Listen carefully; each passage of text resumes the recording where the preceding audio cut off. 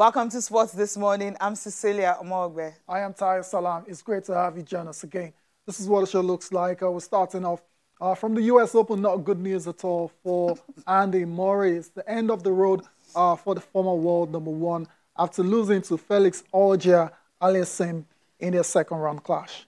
Absolutely, and he says he won't stop chasing a Grand Slam despite losing this early at the US Open. But then, it's a good one for Andy Murray, a good ride. He couldn't go any further, especially after that grueling game he won. Yeah, against Nishioka. He needs to go get some ice baths before he recovers early to be able to face the Canadian. Also on the program, Serena Williams, where she's through to the next round of the US Open. Now, she's a perfectionist, but she says it's only Jesus Christ that's a perfectionist. That is perfect. But then cruising through 6-2, a 6-4. Yes, Serena still on course to equal Margaret Court's 24 majors. Yeah.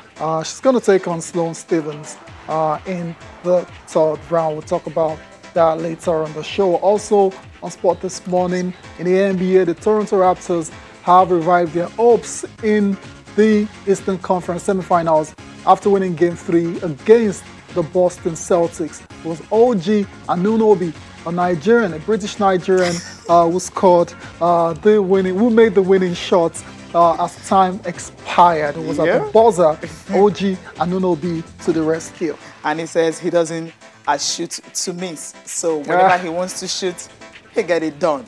Well, he did it so well. Well, okay, that was very, very clutch from OG Anunoby yesterday night. And that's what we're starting the show from. The matches played in the NBA. 2 games. We'll start off with the Eastern Conference semifinals between the Boston Celtics and the Toronto Raptors. Ended 104-103. It was a very close game. Cecilia, as the scoreline says. And the Raptors just avoided a falling 3-0 behind because there's no team in the NBA that have actually come back from three games down. So, I mean, they couldn't afford to do that. So, Anunoby and Kyle Lowry were the ones who ensured that, well, they wouldn't go 3-0 down, knowing that they are defending champions. Well, then down by just 2 points and down by 2 games. So they were looking at it. It was just there. You know what I mean? Just look at the shot right there. Just nailed the buzzer beating 3-pointers. Wow, that's the winning shot there. Right there. Catching who was a pass. trying to guard him? Yeah, well, I mean, I think the guy is 7'5", right? Anyways, great pass from Kyle Lowry. Over all the defenders. Was caught nicely by OG, and OG for the win. That's exactly how it was. Like miraculous shots is what you call them. Hail Mary shots in basketball. The last one, just throw it in the air and hope it goes in. And that's exactly what happened. I can see the celebrations at the end for the Toronto Raptors. Very delighted because, like you said, once you go 3-0 down in a playoff series, it's very unlikely you come out of that kind of hole. So the Toronto Raptors still very much alive in the Eastern Conference semifinals. And of course, he became the first player to hit the buzzer, beating 3-pointers in the playoffs. The last person that did it was Damian Lillard, and that was 2014. At that time, he was playing. Okay. All right. So shout out to the Toronto Raptors. Shout out to Fred VanVleet as well, to 25 points on the night. Kyle Lowry leading the way for Toronto Raptors with 31 points. Let's move on to the second game of the night. The Western Conference semifinals, Game 1 between the Denver Nuggets and the LA Clippers. It was the LA Clippers as expected, getting the job done. And that one was a rout, really, 120-97 in favor of LA. And it was Kawhi Leonard inspiring the Clippers with 29 points on 12 of 16 shooting from the floor in just 32 minutes. Didn't need to play the fourth quarter because the game was pretty much won and then. And we got to see the depth of the Clippers as well too, because all the other players came to the party. Paul George 19 points and 7 rebounds. Marcus Morris 18 points. Montrezl Harrell 15 points. Also. Who else again? Am I missing out? Lou Williams. You're not missing out any of the Lou Williams. Lou Williams also 10 points was as well points. too. But then spare it up for Jamal Murray. I mean, there was no heroics from him at all. It was restricted to just 12 points. What a good one. 5 for 15 shooting. I said it after I was very, it must be said, it was a very grueling series against the Utah Jazz. I wondered 3-1 down to win a series. I mean, that was remarkable. So I wondered how much they would have left in the tank. You know, for a series against the Clippers. I wouldn't be surprised if this one ends in a sweep or a gentleman's sweep. Perhaps, they can win a game. One again. Perhaps. Yeah, maybe after relaxing from this one, Jokic also finished with just 15 points. Yeah. Ouch. Yeah. Okay. So that's it for the game one in the Western Conference between the Clippers and the Denver Nuggets. Let's take a look at our top performers on the night. Just the two of them this time. Of course, Kawhi Leonard. Kawhi Leonard, 29 points, 2 rebounds, and 3 assists. Like I said, didn't play in the fourth quarter. This guy has been incredible all season. I mean, all series. Kawhi Leonard, strictly business, no time to waste time. Exactly, no time to waste time. Yeah, you can put it that way. He scored at least 29 points in each of the Clippers' 7 playoff games. Which is a good one for him. So Kawhi is locked in, and when Kawhi is locked in, it's very, very difficult to stop any team that's playing for, right from the San Antonio days to Toronto Raptors and now to the Clippers. And for the Clippers, the team is looking tighter now with Patrick Beverley returning back to in action. The lineup as well. And, of course, returning with 8 points, 6 rebounds in just 12 minutes. All right, then. So, nice one. Good win. Game spots tonight. Yeah, good win for the Clippers. Matches we play tonight as well, too. Rockets and the Lakers. I can't wait to see the shooting match, right? Yeah, it should be a shootout between the Clippers, the Lakers, and the Rockets. But first of all, is the Bucks taking on the Miami Heat. Bucks as well to know they cannot afford to go 3-0 down, so they'll be pulling out all the stops to get a win against Miami later tonight. And last but not the least is the Lakers taking on the Houston Rockets. That's the star match of the night. LeBron James and Anthony Davis Russell Westbrook taking on Russell Westbrook and James Harden. That will be looks like a very exciting matchup, and I'll be staying up to watch that one definitely. Game 1 tonight. All right, so that's it for the playoffs. That we're not leaving the NBA. Not yet. Just yet. News coming out of Brooklyn. The Brooklyn Nets have been coachless for the past few months now, but that's no longer the case. Coach that stepped in. Come on, that's so coachless. Come on, Cecilia, come on, Cecilia. You have a substantive coach. They've been coachless. Now they have a coach, and this one is straight from left field because no one saw it coming. Steve Nash, former Phoenix Suns point guard, has been appointed on a 4-year deal, so he's going to be coaching Kyrie Irving and Kevin Durant next linking season. Up with him. Remember, I was with the Golden State Warriors. Was a consultant with the Golden State Warriors. And at that time, he said he wasn't interested in coaching. Yeah, very interesting. I mean, things happen, you know. Change what they say is the most constant thing in the world. And Steve Nash was 46 now. Doesn't have any coaching experience, so at all. You understand why a lot of people were surprised by his appointment. I was surprised but too. The general manager of the Brooklyn Nets, they've seen everything they need to see about this guy, and they believe that despite not having the coaching experience, his leadership and his basketball smarts will help the Brooklyn Nets perhaps go on to achieve great things in the future. Yeah, absolutely. That's it. And of course, I got a congratulating message from Steve Kerr, the guy I was working with, and he says, okay, go crush it in Brooklyn. We'll see if he can crush it because they've got the big stars. Exactly, he's got the tools. Kevin Durant and, of course, Kyrie Irving. Kyrie, the Spencer Dinwiddie is also there. So he's got some players he can actually go with.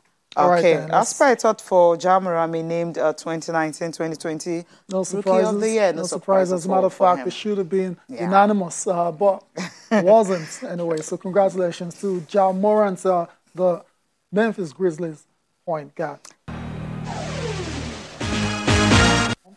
Let's come back home and talk about football, Nigerian football, NPFL. Still, we don't know no dates. for a comeback. Tentatively this month. Okay, let's say we're already in September, right? September already, we're looking forward to October. And we said yesterday that LMC are not sleeping, so they're doing a whole lot. And clubs have started working out ways they can really, get that licensing thing, club licensing thing done and all that, with all of them trying to get their financial base. We know some clubs that set up committees like Nasarawa United and all that, Aqua United also, everyone working tirelessly to ensure that when government says time to go, they're ready to move in. And you have some clubs signing almost all the players, like Abia Warriors, for instance. And then there's going to be a new look Abia Warriors when they resume the season. Eimba is another one who's signing. Rivers also signing new players and all. And the interesting one was the recent one, where you have Plateau United, a star man, talking about Tosin Omoyele joining Eimba. And I'm like, Eimba, what are these guys trying to do? So their forward line is going to be fearsome once the season starts. They're trying to win. They're trying to win. Get the best players and put them in one place. Galactica is just collecting everyone. It makes sense. It makes sense. Eimba back in the days used to be star-studded. Of course. So the times when they were the time they won the Champions League back-to-back, they had like 2 star players for every position. Players playing for the national team as well too. So I'm not surprised that they're doing that again this time around. It's going to be very, very competitive. That's the 2020-2021 season. So all the clubs definitely have to put their house in order. And like Cecilia, you said, they don't have any excuses this time around. It's been a long break to put all the things in place and making sure they meet all the necessary club licensing regulations and all of that, because the LMC and the Sport Ministry by extension seem to be serious. They're not playing. This time around, they want to implement it. They want to make sure if it's just 10 teams that meet the requirements, only those 10 will play. It's high time. Fingers crossed. Yeah, fingers crossed. It's high time it's high time we become truly professional football league. Yeah, that's the thing. That's what we're anticipating. We're catching up with one of those players, and the former goalkeeper of Heartland, talking about Ebele Obi. That's the brother to Mikel Obi, talking about the club and what they expect in the MPFL season. Yeah, talking generally about the MPFL and all of that, and how player welfare is very important. It's part of the club licensing regulation as well. So let's listen to Ebele Obi, and when we come back, our guest will be joining us and we're taking his reaction. We had some good times, and also we had some bad times as well. But not like today. The challenges rocking the club this time around is unacceptable by me, unacceptable by the whole world, But then we're facing little challenges like maybe non-payment of salaries, 1 month, 2 months, and at the end of the day, it will be paid. But today is a different case. Players are not being paid salary for 7 months. It's nothing to write home about. You know too well that football doesn't have pension. What you get today is what you're going to use tomorrow to feed yourself and train your family, and then start up a new life. So if salaries are being owed like this, how do you think those players are going to cope? It's unacceptable. The moment I had with Heartland, let me start it from here, is working with Chibuzo Good Faith Etremena. That's the best time I had in Heartland. We are flying from Owerri to Lagos, from Owerri to Abuja. From Abuja we proceed to our match venues. Our match bonuses are being made available before every game, and if we win immediately, he's paying us our match bonuses. Heartland has always been my team. Heartland is my team. I'm not from Imo State, but I tell you the truth, Heartland is in my heart. I have Heartland at heart. I want Heartland to be better than where I left it. That's how it should be, whether you are there or not. I have them at heart. Maybe sometimes when I used to play little bet game, and then when Heartland is there, I play Heartland straight win. And sometimes Heartland do drop points. It's not what I want. I want Heartland to be winning every game. I didn't even get it. Okay. Ben Alai is in the studio. Ben, it's been like, since the lockdown, the coronavirus, and the lockdown ease and all that, you've not been around. I get that. So welcome to the program. It's good to have you once again coming back. It's good to be back. And good to see your lovely faces. And What more but to talk sports and talk it properly? Yep. Talking about talking sports. Welcome now, we just listened to, Ebele Obi, that's the elder brother of John Michael Obi, talking about, what's been going on in Nigerian Professional Football League. He was with Plateau United, Heartland, of course, right now, trying to get into another club. But this is a player that played in minutes, goalkeeper in some of these clubs. So you understand, when he's talking, it's someone you really want to listen to. He knows the dynamics. Precisely, concerning the welfare, what some of the clubs have been able to do to ensure that at least the league is, up there. My take is what the LMC and by association, the Nigerian Footballers Federation is trying to do, to say proper contractual agreement between players and clubs. So that if you don't have a proper contract, then you make noise like this. But you must have a proper contract. And that should be the new rule. Because I have never seen things like this happening in Europe, in Asia, everywhere. Our players go there to play because they know they have proper contracts. And if you default, they report you to FIFA. At times, if they report our clubs to FIFA... Well, you can report to FIFA from here as well. We've seen cases of players they will default because they say they don't even have money. They don't even have the money, and the players don't even... there was a story last week that a player went to sign a contract for himself. I was wondering, you need to get a lawyer, even if you have to give him 10%, so that the contract is properly scrutinized. Right. And then when there is a case, you can take it to FIFA. But most of them just go into agreement with clubs, and they say we are paying you 100,000 or 50,000, and then you jump at it, and then at the end of the day, they can decide. Middle of the season, they can decide to fire you, and then when they fire you, where is your contract paper? You don't have. Who signed it? Only you. And so I think we should try to do, or we should be trying to do things the proper way. If a club is not good enough or not rich enough, quote unquote rich, to finance players. Don't go and sign 42 players when you know it is only 25 you can take care of. And then most of the club size in Nigeria, even at the Premier League level, they are owned by state governments. If the state government has a budget for it, who is managing it? How is it managed? And then how does the money go and comes out? I think those are the critical issues for Nigerian clubs. We should follow the international rules and say, we want to run like this.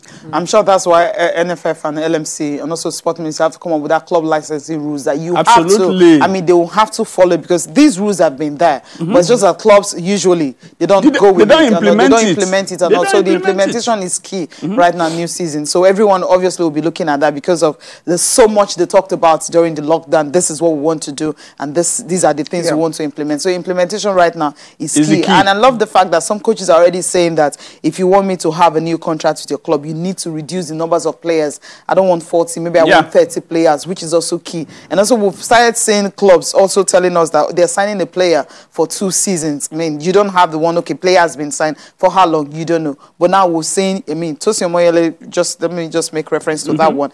He signed for Eyimba for 2 seasons. Now we know that next season we'll not see him in another club anymore. So these are some of the things we want to know. Even if they don't give us details of, of the deals and all that, the money, but then let's just know for how long. That is also key. Let us follow the international rules. But once that club licensing is fully implemented, I think that's just it. That's the only thing. It's key. Very, very important. Key, So all right, then we'll see. That's in the hands of the LMC, and they have to, because a lot of times they just talk, and when push comes to shove, they chicken out, and nothing is done, and you still see clubs that are not ready to be professional clubs in the league and all of that. So in the league, they're supposed to be professional. Exactly. So fingers crossed. I don't think it will happen again about that. Hopefully, they put their house in order, and they're ready for the 2020-21 Professional Football League season. Ben, exciting times for the MPFL as well. To the streaming deal, MPFL TV. We're going to get to see football live from this season. Yes, I learned yesterday that you can now watch football season on your Android telephone and you are enjoying yourself. However, it is not only watching. Of course, the LMC and co and the NFF, maybe they will make some funds from there, but the quality must be good. That is the same thing we are talking about. Coverage, right? Yeah, coverage and quality must be good, so that if you are watching the EPL, for instance, even when fans are not in the stadium, you are enjoying it. People are shouting behind. They just put it. So it must. The quality is key. Not just coverage. Not just coverage. The quality, the pitches must be key. The players must be worthy players. So there must be proper screening of who goes into play, who does not play. Okay. And that is why I like what Cecilia said earlier. Don't employ players you cannot pay. Go and do 45 players instead of 25. End up owing them. And then you are owing them, and then they don't even have contracts. Then we still have so much time to talk about the Nigerian Professional Football League. We're not leaving. We're still talking football. Mikel Obi, former Super Eagles captain, joined Stoke City a few weeks ago to the surprise of many. And Ebele has also been reacting to that transfer of his younger sibling. He has always been telling us he really wants to come back to England to play, and then as well continue his career there. And I was not surprised seeing him coming back to England, but I was thinking and hoping that it's going to be in the Premiership. And I know too well he has some few offers in the Premiership, but he was looking at the offers on table, what they have for him and all that. And then at the end of the day, it was Stoke City that came for him finally. I want him to always play regularly in the team, whichever team he is playing for. I want him to win trophies for whichever team he's played for before. Today is Stoke City. And that's my prayers for him to bring Stoke City back to the Premiership and also do well in every of his matches and scoring goals. That's my prayers for him. I tell you the truth, we're not happy about it as a family. We're not happy because we were so excited when he signed the deal with Transaspor, and he was doing well with the team, perfectly well. Each week in, week out, he's playing. So I was very, very happy for him then. But to my greatest surprise, he never told us. All we heard was that Mikel has terminated his contract. So when I now asked him, he said yes, because of the pandemic, and they refused to listen. Then the trouble was all over. So Turkey were the only people who were, and few other countries were still playing in the league. And my brother, I tell you, health first before any other thing. And he took the right decision to tell them he's not going to play. So they were having they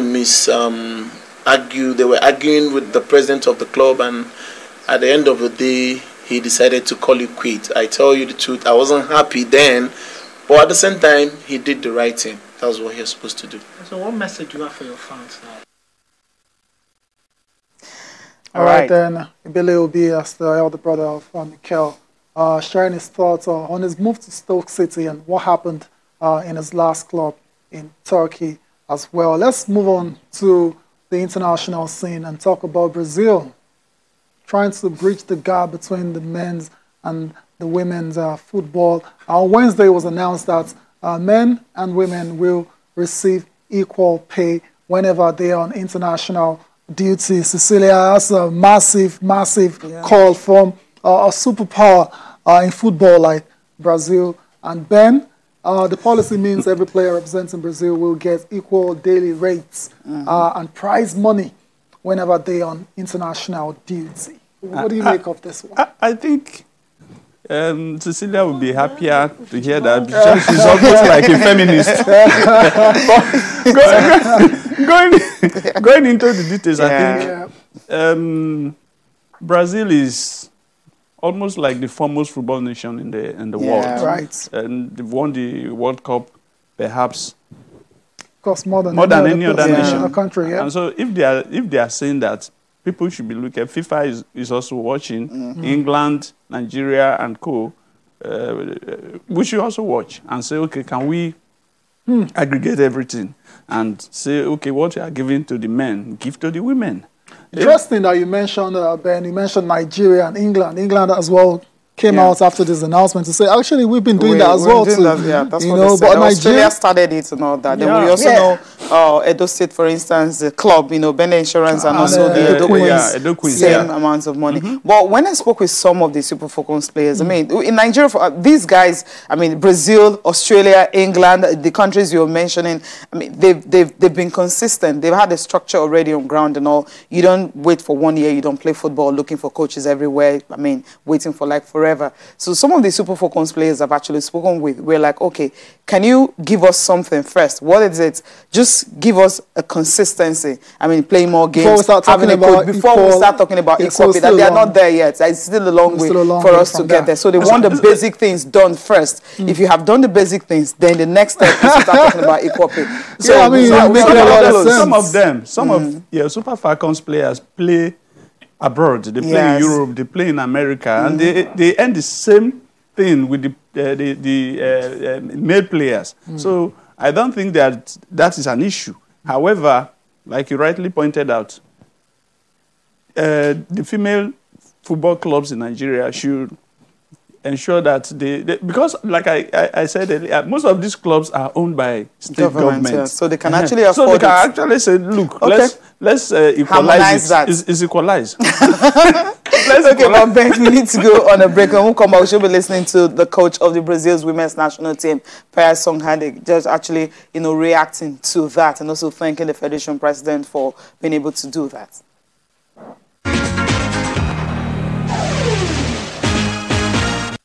A lot of work she needs to do, Pia, there. I mean, Brazil reached the World Cup final 2007, then Olympic finals in 2004, 2008, but then they're yet to win really significant world title. I think the World Cup might just be their target. This Swedish coach, we know how experienced she is. She coached the U.S. national team before.